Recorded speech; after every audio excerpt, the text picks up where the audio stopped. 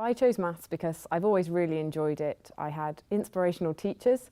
They always really encouraged me, and I just really enjoy working through problems and that satisfaction you get when you've been working at something for a really long time and you get the right answer at the end of it.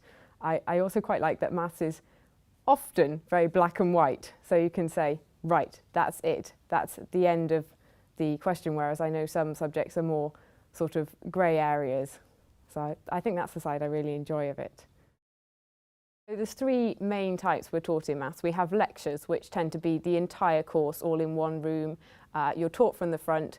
There's a little bit of opportunity to ask questions, but mainly you're in the group, you're there to take notes and learn from what you're reading and what you're hearing.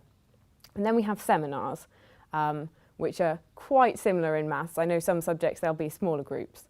So there, again, it tends to be more going over examples, so things that might come up in coursework, extra questions, things maybe you struggle with. So an example would be if I had a coursework question, they couldn't specifically help me with my coursework, but they could give me a similar question and say, this is a good way of working through it. So that's very helpful. And then you have small groups still, which tend to be sort of size of about 20 in maths, which is you're working through normally tutorial sheets which you will have been given by lecturers, so it'll be example questions. Occasionally coursework, you can use tutorials to do coursework, and it's just a chance to maybe, if you're not comfortable asking in a lecture environment, which I'm definitely not, you can just ask your lecturer then, or if it's a postgraduate helping with them, they're more than happy to help out. They'll have probably done a similar module to the one you're doing.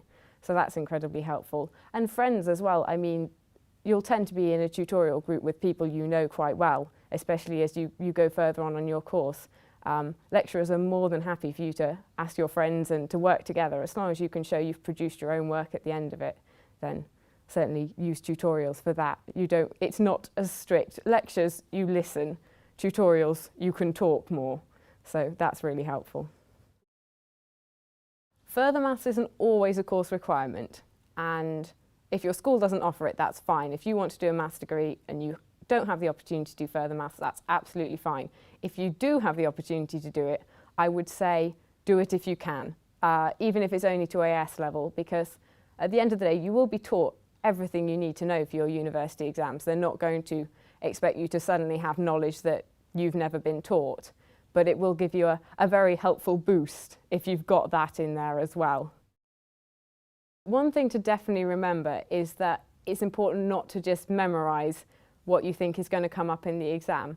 It's great if you can go into an exam and think, right, everything that's going to come up, I know, but you're going to struggle a lot if the only things you know are what you've learned exactly by heart, because then if maybe the question's asked in a slightly different manner, or again, coming up to degree level, you're working on similar principles but in a slightly different context, you're going to struggle if you can only work on one line, which is something my A-level teacher told me, which is incredibly helpful actually. I would say go to everything that's on offer. So it's possible you'll have an introduction to your course in your first week. Definitely go to that. You'll probably be shown around your building, which is incredibly helpful. If not, don't be afraid to ask.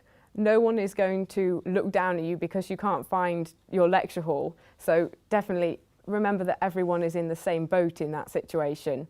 And just be friendly, be chatty, and don't worry if you're a bit nervous, because the chances are that the majority of people are very nervous as well. If there's an opportunity to do group work, to have training sessions or just team building sessions, certainly go along to them, even if they're not compulsory. It's a really good way to get to know course mates. You won't necessarily spend a great amount of time with them in later years, but just to have another friendly face to say hello to, or to sit within a lecture, it's just incredibly helpful. So really get stuck in. Don't think, oh, maybe this isn't my thing, I won't go along to that, because chances are you'll really enjoy it, and they're not aiming to scare you off the programme, they're trying to encourage you. So yeah, just go along with it. There's so many careers you can go into with maths, and so the ones you'll probably think of are, well, you can go into statistics, you can go into banking, the things you don't tend to think about are all those little jobs that you want a degree for but aren't necessarily directly linked with your subject. So doing a maths degree, I could probably go into environmental sciences because I'm going to have a statistics base with that. So that's going to be an area that certainly I'm going to be looking into. Employers think maths is an incredibly valuable degree just because you're showing you can solve problems. Most maths degrees, I would think, would involve some teamwork, which is, again, a really valuable employer skill. If your degree doesn't involve teamwork, try and get involved in something that does.